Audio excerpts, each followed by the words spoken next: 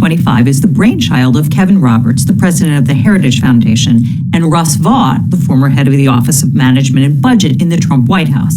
And to staff this thing up, they brought in Trump's former personnel chief, Johnny McEntee.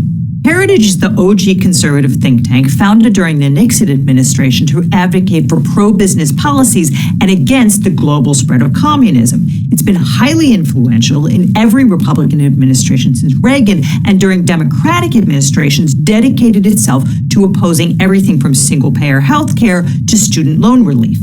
Since the end of the Cold War, Heritage has increasingly thrown itself into culture war issues, particularly opposing abortion and gay rights. Kevin Roberts is a dedicated conservative stalwart who headed up the lobbying arm at Heritage before becoming its leader. He's praised Hungary's proto-fascist president, Viktor Orban, who says that Hungarians do not want to become a mixed race, and Roberts is open that his organization's mission is institutionalizing Trumpism. So while Trump insists that he knows nothing about Project 2025, Roberts has been clear that he and Trump are part of the same movement, and he is laying out the agenda for the next Trump administration. Russ Vought is a self-described Christian nationalist who serves as the current policy director of the Republican National Committee. In 2016, he wrote that Muslims do not simply have a deficient theology, they do not know God because they have rejected Jesus Christ, his son, and they stand condemned.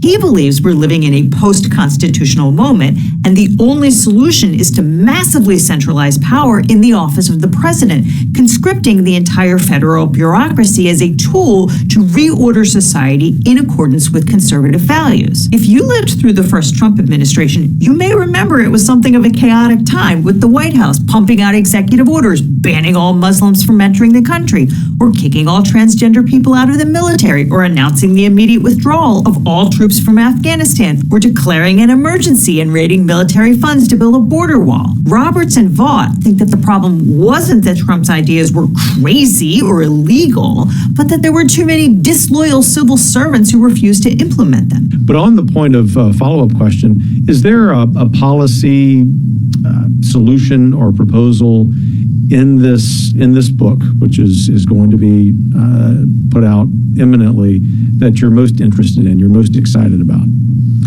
Well, I think one that's gotten a lot of press is Schedule F. And Schedule F was something that materialized at the end of the administration that the president did, to be able to say that if you're working on policy for the president, you're an at-will employee. So this time around, they've prepared Project 2025 as a blueprint so they can hit the ground running. And to make sure there's no deep state sabotage, they plan to destroy longstanding protections for career government employees who currently can't be fired for perceived disloyalty. Instead, much of the federal government will be staffed with political appointees who serve at the pleasure of the president. Johnny McEntee rose from being Trump's body man during the 2016 campaign to running the Presidential Personnel Office, which staffs the entire executive branch. During the final year of Trump's presidency, McEntee began administering loyalty tests at the various executive branch agencies in attempting to push out anyone who had expressed a negative opinion of Trump or his policies. In conjunction with Project 2025, McEntee is assembling a presidential personnel database, preparing to staff the next Trump administration with MAGA faithful. He also started a dating app called The Right Stuff so that Trump supporters won't get their feelings hurt by all the swipe lefts on Tinder. What are you looking for in a partner? They just have to be a conservative. Definitely someone that wants to have kids. I like an independent man. Personally, I like the alpha male vibe. Which is weird, because who wouldn't want to date a guy like this?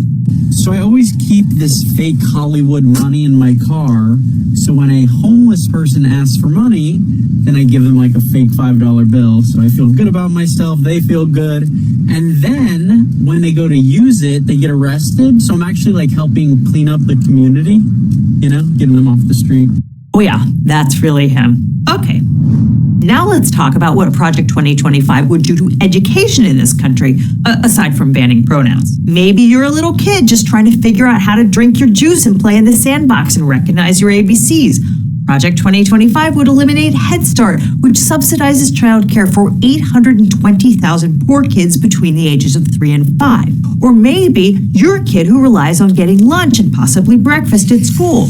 Project 2025 wants to cut way back on what it calls a federal catering program and axe meals in the summer for kids who aren't in summer school. Oh, you're a fourth grader who isn't enrolled in classes this summer? Guess you can wait till September to eat.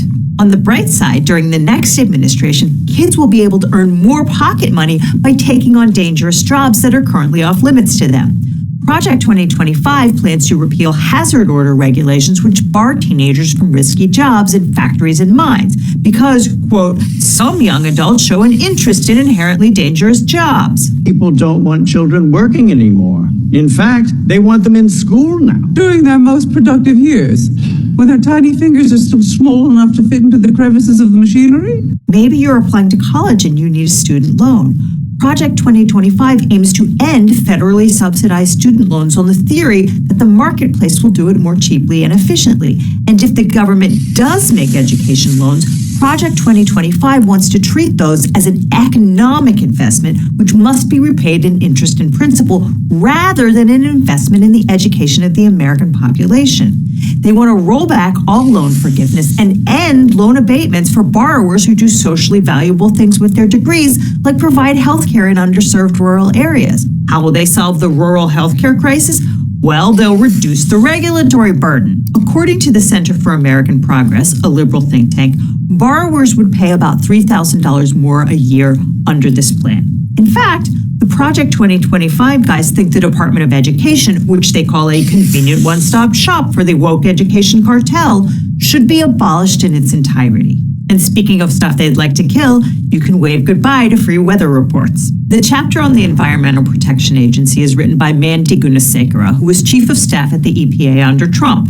She previously served as House counsel to the late Senator James Inhofe, who once waved a snowball around on the floor of the Senate to prove that climate change wasn't real.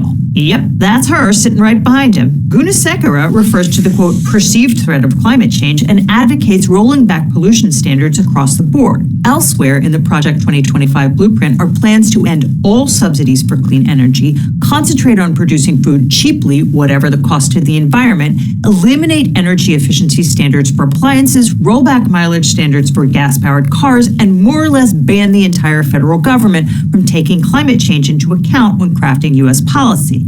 It'll start getting cooler. You just watch. And they'd like to withdraw us from the Paris Climate Agreement, the multinational framework designed to reduce the impact of climate change worldwide.